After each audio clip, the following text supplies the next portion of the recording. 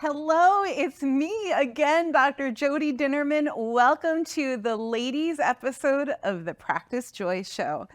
I can't even begin to tell you how excited I am about today's episode. I sat there and I thought, who are my very favorite women mentors who I could bring on a TV show to talk about joy for just a bit, to come into your screen and inspire you to implement and instigate more joy in your life. And I happen to have a co-host. Dr. Courtney Gowan is with me here in the studio. Hello. I feel like this is a girls' night out that we're about to go into. Even like the chatter beforehand, I'm like, this is about to be the best girls' night out that we had. I'm already like, my face hurts from smiling so much. So the Practice Joy Show is all about spreading joy like wildfire to practitioners all over the world. And what we're going to be doing today is talking about how these brilliant women instigate, honor, carry out joy in everything they do, especially in private practice. So I'm going to go ahead and introduce my friends. Actually, Dr. Courtney, do you want to go ahead and introduce yourself, and then I'll go into the intros? Totally. Hi, everyone. I'm Dr. Courtney Gowan. I feel slightly responsible for bringing Jody to Dallas for filming today. I have been in private practice for 10 years, but I just found a love for travel. And so I have 3 little businesses that I get to travel the world and hang out with chiropractors. And I'm also a home birth mom to 3 little ones. And I'm so thankful to be here with you and kind of share a lot of passions that we've kind of linked up over the past couple years of running into each other at seminars. And I think there's a lot of similarities there. So just really excited to be here with you. Yeah, I feel that everybody on the show today definitely colors outside of the lines and in your own unique ways. And in doing so, you give me permission to do the same. So I'm going to introduce each one of our guests. So Amy Burke is the lead liaison for BGI Europe seminars and has inspired chiropractors with BGI concepts. And we'll explain a little bit more about what that means. Amy practices in Venice and on the, I'm not even going to say it, Amy, because I know I'm going to mess it up. What's the name of the island? Pantelleria. In there. Amy's specialty is in serving humans of all ages, from princes to farmers, and she is the VIP to newborn babes with exceptional chiropractic care. She's known definitely for her sense of humor and her down-to-earth approach. And Amy is definitely the person in my world who gives me permission to think way outside of the box and drop everything because I feel like doing it and do something completely, outlandish. So I love you so much, and I'm so glad that you're here. And Dr. Pam Jarboe has been one of my coaches off and on for many years, and really a true mentor in my life for creative spark, for putting language to things in authentic ways, but completely with creative design that really leads people to wanting to know more. That's what Pam is so talented with. Everything of hers that I see, that I read, that I experience, I think, man, this is coming from such a deep sense of joy and vision, and I love you so much for that, Pam. So she began her chiropractic career working as an assistant for a chiropractor in 1986. She practices chiropractic care in Acton, Massachusetts, and she's really honored heart-centered chiropractic branding, marketing, and sales at online programs, conferences, and colleges across the country. And she's the owner and creator of Chiro Bloom, which we all know so much about, a training course and coaching company for chiropractors who long to create a practice of life and love that they really enjoy and love. And then there's Dr. Lona, and Dr. Lona has become one of my favorite people over the past couple of years, and she just embodies this sense of grace and beauty and elegance with no effort at all. To be amongst her presence is true. It inspires me to be better, and she does it without meaning to. It's contagious. And Dr. Lona has been growing a family fun practices all over Western Wisconsin since 2010 as a holistic chiropractor. She actually brings chiropractic into the public schools in her region, and she lives with her boys, Jack, Max, and her hubby, Kyle. So welcome, ladies. What a fun intro. So glad to have you. And we're going to just go there. Let's talk joy. Let's talk joy in practice, joy in life. How do we reconnect joy if we've lost it? How do we stay connected to it? How do we spread it like wildfire? And Lona, I think I'm going to start with you. So talk joy to us. Tell us how your experience with joy serves you and your community. Thanks, Jody. Super fun to get to network with you guys and hear what you're going to say here. So I'm more excited to listen than to speak. So I'll go first here. Joy. I'm going to start heady about it. I don't know if those of you that are listening have ever been exposed to David Hawkins' work, but joy is like a really powerful state to get into, where you have a lot of energy available to you when you're connected to things that bring you joy, and really recognizing that these things that sometimes we think, maybe I shouldn't be doing these things. Maybe I should be working. Maybe I should be doing things that are more of like the grind. Sometimes you need to get into joy in order to create and move faster. So I want to underline that it's not selfish. It's really actually practical to build this into your vision for your life. And a lot of times it is the missing link to creating what you also want to have show up. We're just not taught that. So Hawkins' work on how powerful states like love, peace, joy work is a great place if you're like me, where you want to understand sometimes, why do I feel so good when I do certain things? And then all these other things start to fall in line. That for me was a pivotal piece. So in my practice, I think joy for me comes from, I love working with others. And so I do have a wonderful team around me, and some of the work that we're doing, like for instance, building chiropractic into the public school system, brings me a lot of joy because I love seeing what's possible. So for me, joy comes from this like almost playfulness of like, oh, I don't know anyone doing it. Why not try? Why not go for it? And why not have those conversations? So that's fun for me. For someone else, that sounds terrible. They maybe wouldn't want to do that. That wouldn't bring them joy. And I think that's part of what I want to tell you is there's no recipe for joy that anyone else can give you. It's going to come from yourself. And I know sometimes when I get too, like I got to figure it out, that's when I need to stop and like go snuggle my babies, go for a run, go to yoga class, do those things that let my state loosen up a bit.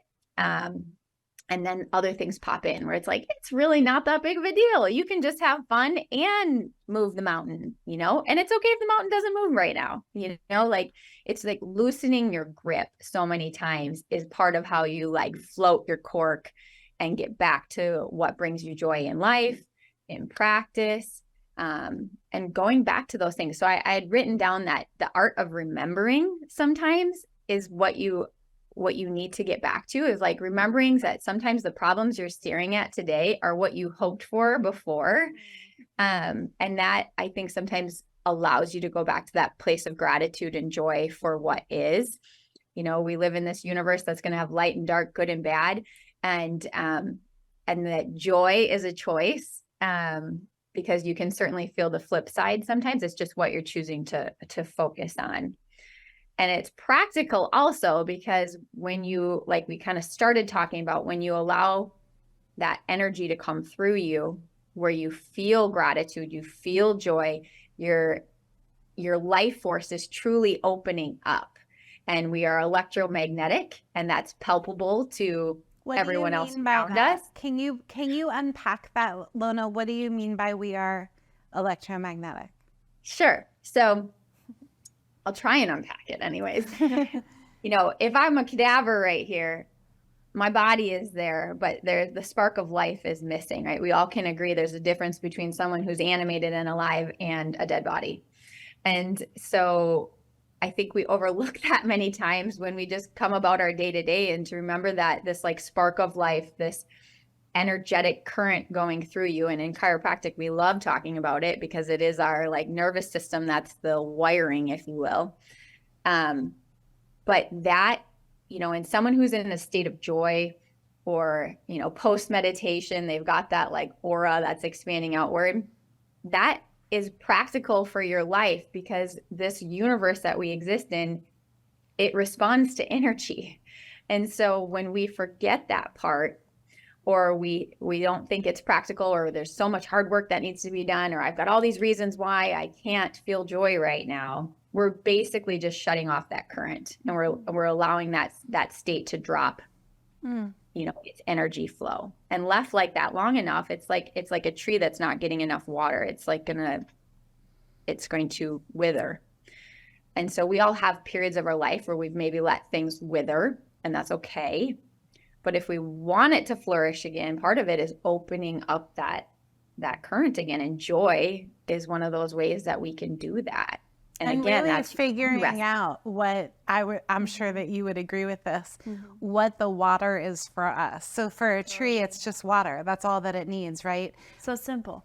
So simple. But for us, everybody has, which is part of what you do, bringing so many extravagant, beautiful experiences to people to experience joy. Yeah, exactly. And Lona, you said something, you just kind of touched on it, but you said a sense of joy and play.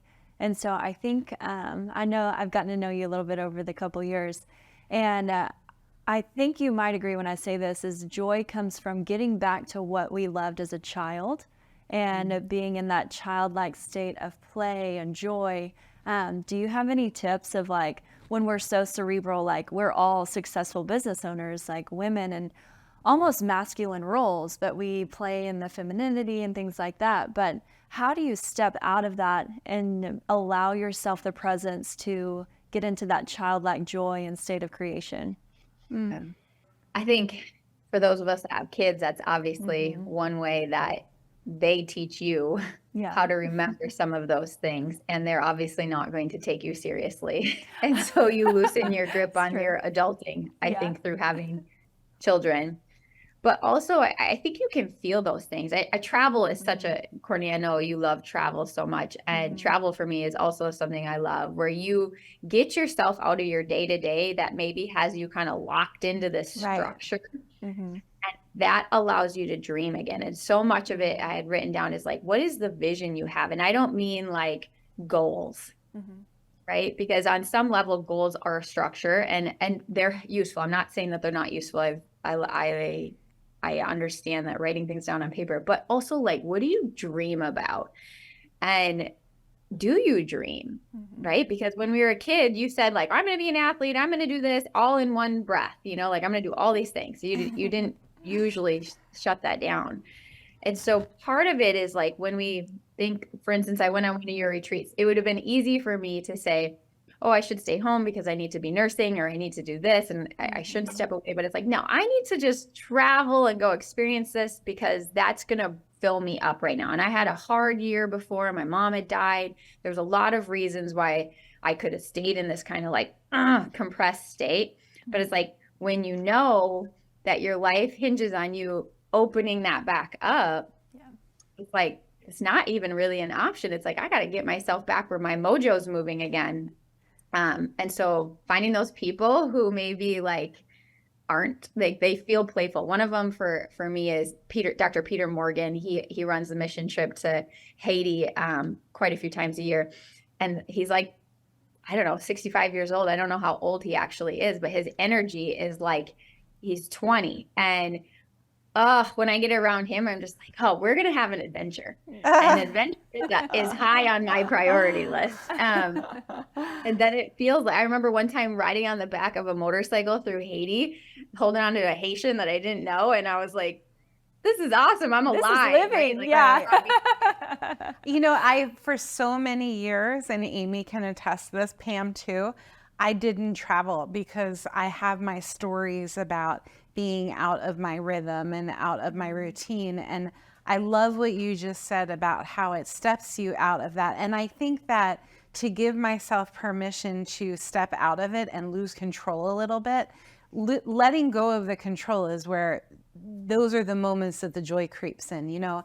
And as far as you talked about organization too, and Pam has this way of delivering tools for organization, whether it's for the front desk or the back desk or our time structuring or whatever it is. But that is also a combination of organized and joyful. And Pammy, can you, I call Pam Pammy, you're going to hear it. You're going to hear it. So Pammy, will you please speak to us, share with us about where do you find joy drip through? How do you reconnect to it? How do you know if you've lost the connection? What do you do when you've lost it? I had to mute because my cat kept coming on camera and trying to meow at all of you. She really wants to be a part of everything. She thinks we're in a relationship. I have to tell her I don't love her like that, but it's a regular thing. I find joy in comedy. No secret about that. But it's funny that you talk about organization and tools for organization, because I really have a Google Docs problem, but I call it sandbagging the river. You know, like we have to sandbag the river because life moves through all of us. Like I just look at the screen, I see these women, and I just know life moves through you. You decide to take on things and life starts flowing. And so I like sandbagging the river just to try to guide the river a little bit. But I can really understand what Lona's saying about like the clamping down. I try to live in a state of devoted unattachment. Like I'm devoted to the value of contribution, and so I think about like my sons, and I'll put my son's picture, at my desk or, in the adjusting room, just so that I can know, like, I do this because I want their world to be better, so I want all their bus drivers to get adjusted. I want, it just simplifies things for me. And so I love that, for me, that just helps me to know the direction that I'm going in and the why. But you asked, like, what do I do when joy isn't there? And there are a couple of things I want to say about that. I remember a long time ago, someone was asking me when I was going through a hard time, they're like, well, are you happy? And I said, I don't really value happiness. I value joy. Mm-hmm. And I think happiness requires outer circumstances, like to be controlled, right? Like I'll be happy when this happens. I'll be fine when this happens. It's all outer related, whereas joy just bubbles up and it just comes up from within. To me, joy comes when I'm with my sons or when I'm with the kids in my office, and when I hide sugar packets in my patients' shoes or hide their shoes on them because their shoes off. And flowers bring me joy. They're like Earth's confetti. I have flowers everywhere. I go in the woods. There's a book that I read right before the pandemic. I was supposed to go on a safari in Africa, and I was reading this book by Boyd Varty, and he talks about the Cathedral of the Wild. And it's just such a beautiful metaphor for, like, to me anyway, nature is such a thing to replenish me. There were many days, in the last 3 years where I did not feel joy, and I would go and get lost in the woods for a couple of hours and just come out giddy.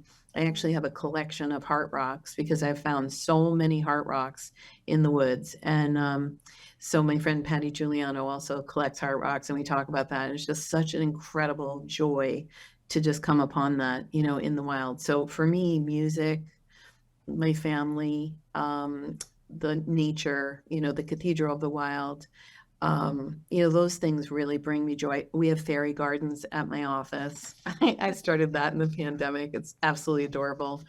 But I wanted to read you guys a quote because I love that happiness, joy conversation came from a book that I read many years ago by Desmond Tutu and the Dalai Lama. And so they wrote a book called The Book of Joy. And I saw it on the shelf and just devoured it. I loved that book so much. And there's a quote about joy that I wanted to share because I just feel like it's so important for all of us who are providers of help for other people, because that gives me joy, like just helping other people. It's so not grandiose, but I feel so joyful. Some of the worst days, at the end of the day, even my team will just be like, oh my gosh, like what just happened today?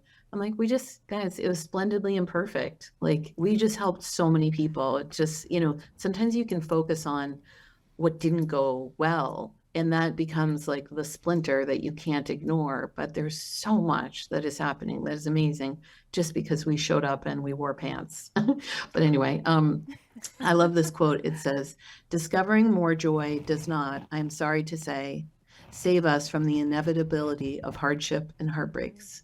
In fact, we may cry more easily, but we will laugh more easily too. Perhaps we are just more alive. Yet as we discover more joy, we can face suffering in a way that ennobles rather than embitters. We have hardship without becoming hard, and we have heartbreak without being broken. And to me, like, that's something that I have up on my wall. I just think it's so beautiful. And it's like joy becomes a compass, in order to heal the scars of this world not being easy. But it's such a natural thing for me to want to have joy. And Jody, I just want to acknowledge you. I got your package in the mail for this course, or for this joy course that you're doing, or the class. And I was just in awe of how hard you work, how much you try to sprinkle confetti on all of us. And I just really appreciate you very much. So I just wanted to acknowledge you for the joy that you bring. Thanks, Pam. I think you said something, Pam, that how you have pictures of your kids and different things around there. And I think that what really spoke to me on that was gratitude, and gratitude being the precursor to joy, and like being able to see different things around our lives and things like that we're so thankful for, and then that is a precursor to joy. So stepping into that state of gratitude, I think, gives you that true north to that resilient joy that you're talking about. And without knowing it, like usually when I find myself in a state of joy, I'm one of those people that joy bubbles over, and like I can't. You so are. It's so overwhelming, and I'll have to like reel it in because I get so giddy, and I'll like skip down the halls of like a 5-star restaurant, And no, Jody, you're not supposed to skip down the halls, but I am, because that's what I feel in the moment, and I definitely step outside of that box. And when I was little, I used to love to play with mud. Like I would make witch's brews, and I would put together like bowls of brew for all of my friends. And I would you guys can see me do this. Like I would have so much fun doing this right now. And in fact, if anybody wants to go make witch's brew with me, let's go. So I love what was said about going back to what you used to do when you were little, and watching the kids and letting the kids lead the way to reconnect to that joy. It's our innate peace, that joy, that sense of wonder. And I think that we get so serious and so attached, and we disconnect from it. So, and then there's Amy, like Amy, of all of the people I have been gifted to being able to love in my life, she's been my mentor in doing whatever your heart tells you to do. And I've watched you, Amy, go through so many different phases, and all of them, the piece, that the continuum for you is to follow your joy and follow your bliss. So please share with us, in your very fancy spot in Italy, in Yeah, tell us about where you are. I'm so jealous right now. Like, I want to jump through. Let's go. Ready? Yeah. Where am I? I am on the island of Pantelleria, which is south of the northern tip of Tunisia. And we came here on vacation in 2010. Yeah. And my husband said, I'd like to come back here and spend a year. And then about 5 minutes later, he said, that's not possible. There's no way I could get out of work. And I said, well, let's just see what happens. We just don't know.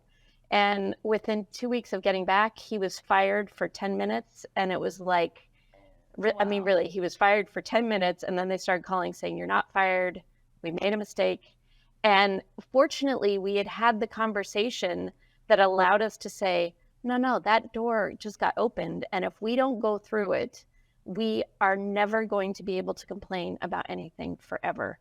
So we reserved our right to complain about whatever's necessary by following the river, following the flow, following the joy, following the curiosity. Like, what would happen?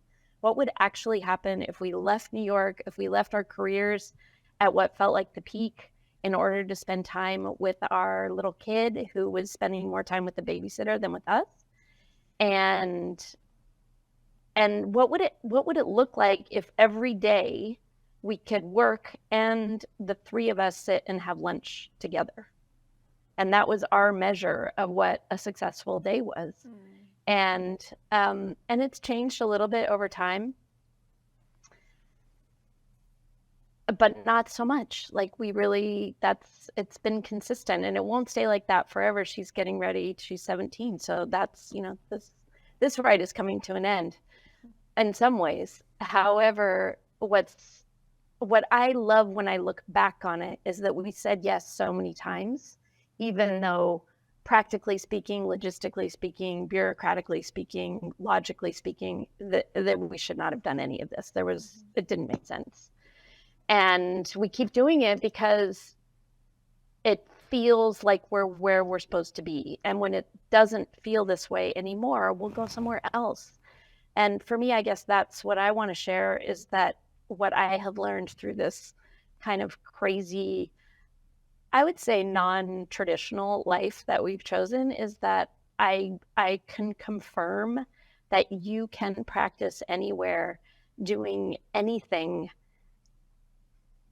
in any way that brings you happiness. And what people are going to be attracted to is not the machinery that you have. It's not your billing practices. It's not the way, it's you. And it's you bringing your delight to whatever exchange you have with the people in your practice. Because that bit of excitement and joy is so rare in exchanges in the day-to-day world that most of us are living in. And we're just so lucky. We're so lucky to be in practice for ourselves. We're so lucky to be able to have this open box that we can take whatever tools we want. And every day I'm like, this is still fun. And when it's not, Amy, then we'll do something different. What do you say then to somebody who's watching this and doesn't feel that? They don't feel like it's fun. They don't feel like they have a toolbox that's filled with tools that they love. What do they do? Where do they start? Ask the questions. What would I prefer to be doing right now? Where would I prefer to be doing it? It can start with small things like, look around your office. What doesn't make you happy? If you don't like the carpet, put a runner on top of it. That's something that when you look at, you smile. If you don't like the music in your office, change the music. Just make it so that when you are getting in your car or on the subway or on your boat to go to practice, you're like, yay, I get to listen to my favorite music, smell my favorite oils, go to my favorite place for lunch or have it delivered, see the people that I'm excited to see. And if those things aren't happening for you in practice, then what do we need to do to shift that? Right. Because practice can be a long time. And if you're not happy or if you are miserable, it might as well just be forever. Just don't do it. Just stop. Call Jody. Call Pam. It's almost a disservice if you're doing it without joy, especially when the profession that we have, where so much of our energy transfers to the people that we're laying hands on. Like, to be in a state of joy and to be aligned in that, I think is so important. It's become commonplace for people to be serving their craft without joy. I called a doctor's office last week and I said, "Hi, I'm calling to become a new patient." And her response was, "What's your insurance?" And I said, "Do you want to know what my name is before you ask me my insurance?" "No, this is what we do. We need your insurance." And I said, "Well, why do you need my insurance? I want to know more about your practice. I want you to know more about me." Yeah. And it was a complete conversation disconnect. I just want to switch gears for a second because I promised I would come back to it.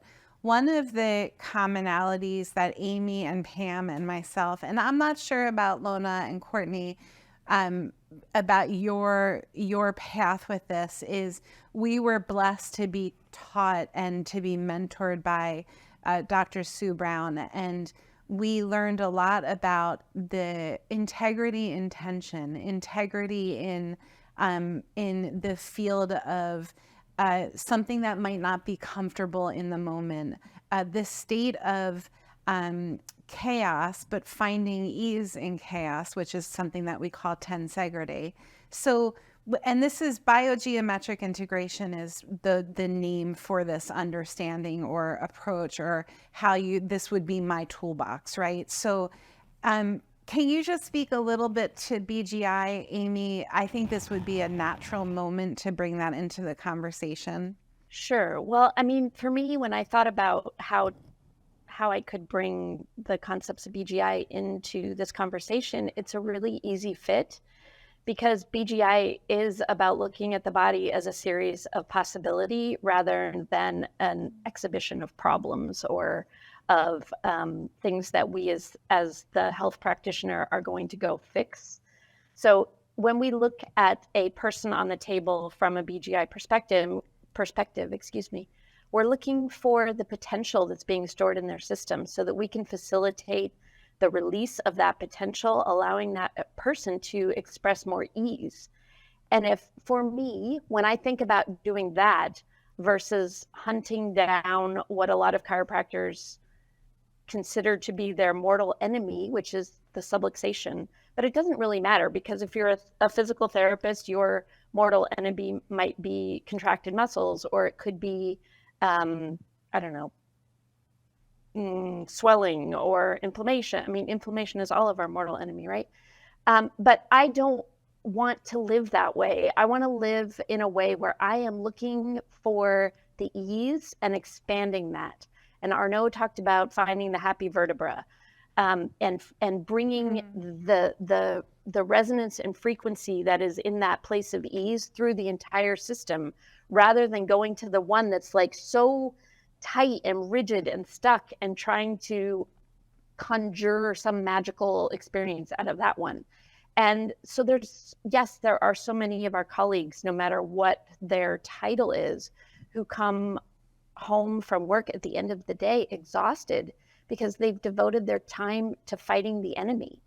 And to me, that is exhausting. And when I look at people as potential rather than problems, we're all on the same team, and we're there to create shift and change and beauty and release potential together. And to me, it makes it really easy to find joy in those moments. I mean, it's a natural fit.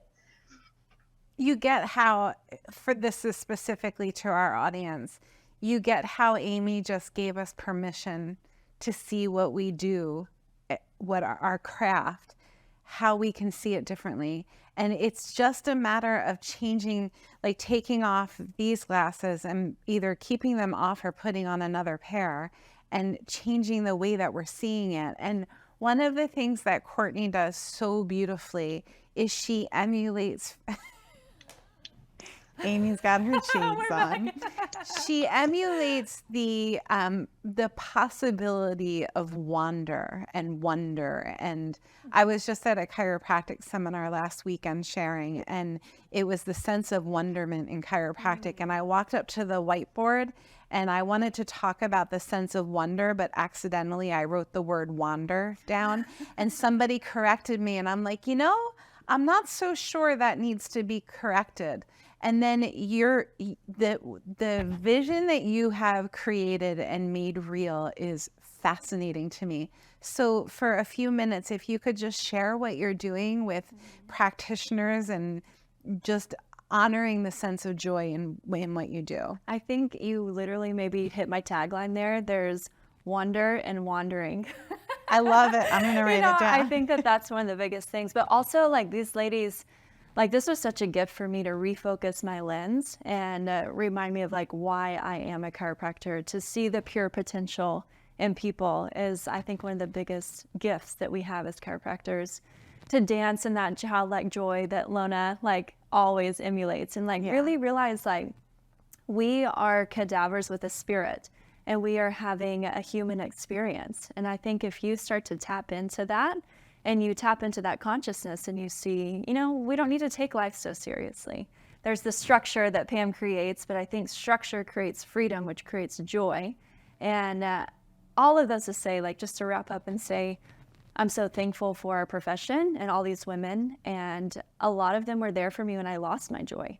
And they kind of picked me up. And there's been a good group that have come by my side and said, you know what, we see that in you. And that's a couple years ago, I lost everything. And I would just go and I would take myself to Mexico on the beach once a month. And I would cry and I would release and I would do yoga, eat organic, and I would travel and I would do all these things that stepped outside my comfort zone. And then I came back healed. I came back a little bit more, a little piece of that joy every single time. And then I realized that other people needed this. And so I realized, I just put it out there. I said, hey, does anybody else want to come on a retreat to Tulum? And so people hopped on the plane and they came with me.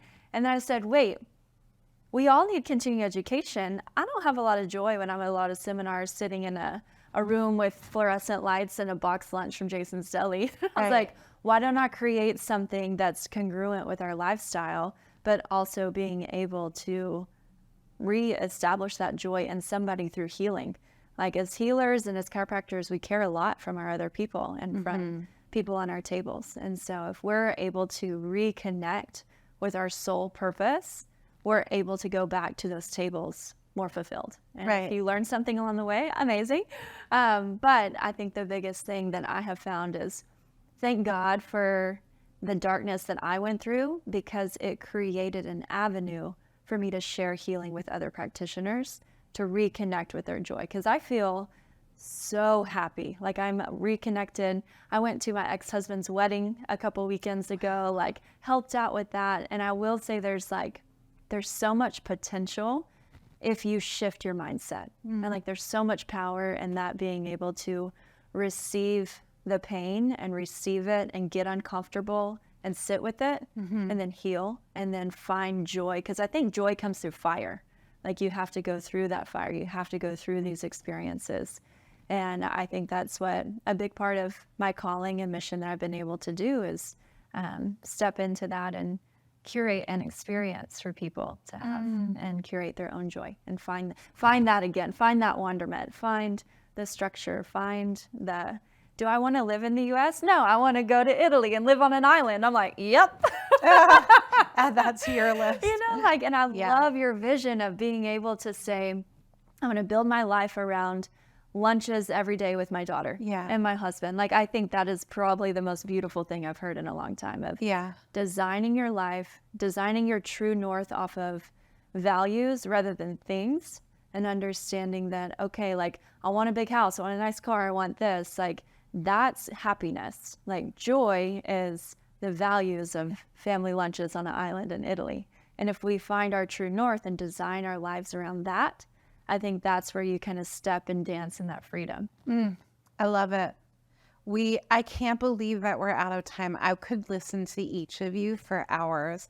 I really wanted to double click on, Lona, can you just tell us in a minute or less about, a minute? You have 58 seconds to tell us a little bit about chiropractic in schools. So much mirroring what Amy said of like seeing the potential. When this was unfolding, because I do feel like it was like, as I got centered and things unfolded, opportunities came that continued to bring joy. And one of them was that my parents were teachers. And so I knew the stress of the staff. So I brought chiropractic in thinking for the staff. I thought maybe down the road, 10 years from now, they'll get it for kids. No, it was a year later that the administration was like, could we do this with the children?